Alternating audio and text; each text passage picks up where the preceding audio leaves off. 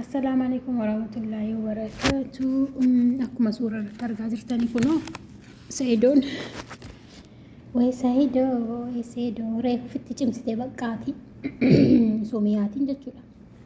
Innaa Saidoon Salaam irraa paaspoortii fudhate siistamiitiin waamee jechuudha. Hawwaatiin jalqaba waamee achii booda hawwaan akka isheen itti dawwaltu taasiste. Achi qaxxi jettee deemtee Salaam gaafa deemtuun Saidootu jira. Saidoon boorsaa ishirraa butee paaspoortii ishirraa fudhate.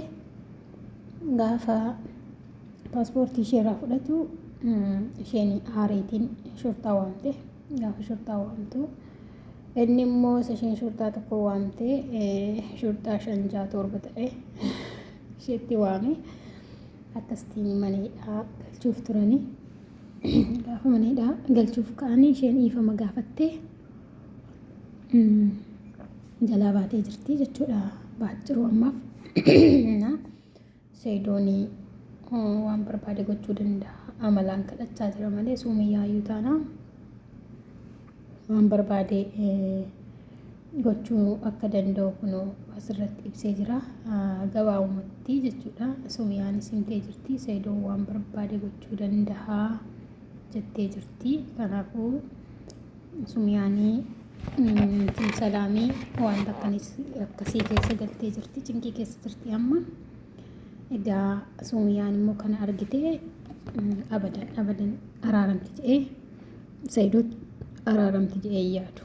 Hin araaramtu. Ofitti intana godhee amma Saidoon akkas gochuun qabdu turte yoo ijoollee kee barbaadde Saidoo. Kanaaf baay'ee tokko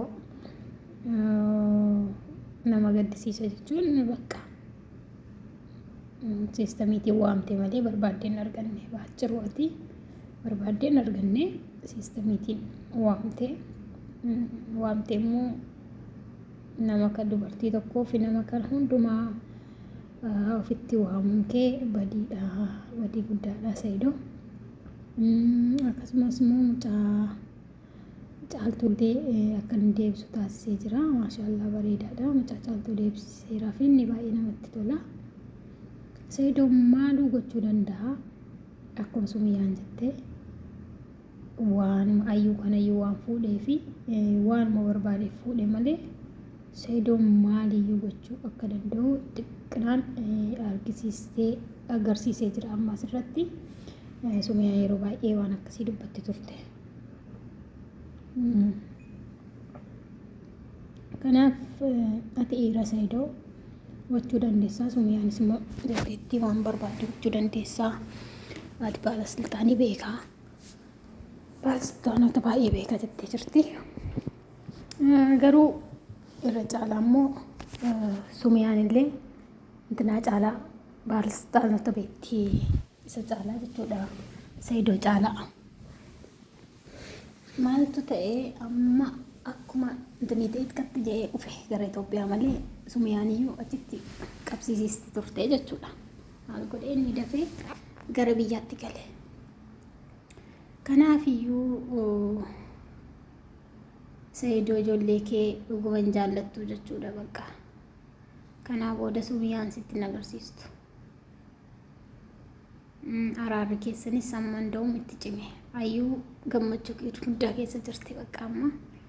Ayyuun waaw baay'ee gammaddi amma.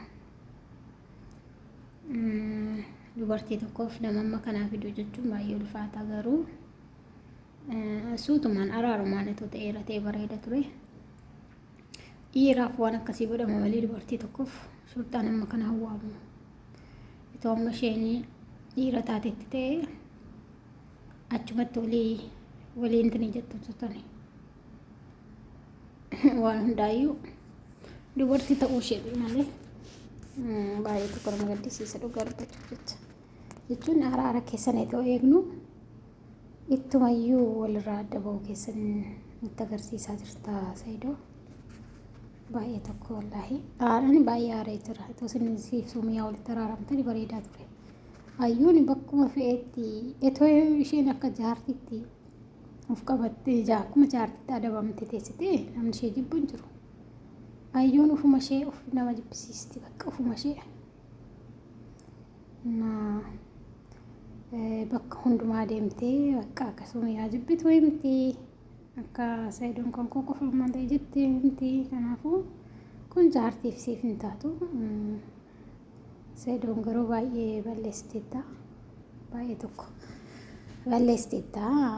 Ijoollee kee argachuu hin barbaaddu moo ijoollee kee ilaaluu hin barbaaddu moo akkamittiin ati paaspoortii irraa fuute? Kun jagnummaa miti. Jagnummaa jechuun barbaadanii arguu jechuudha.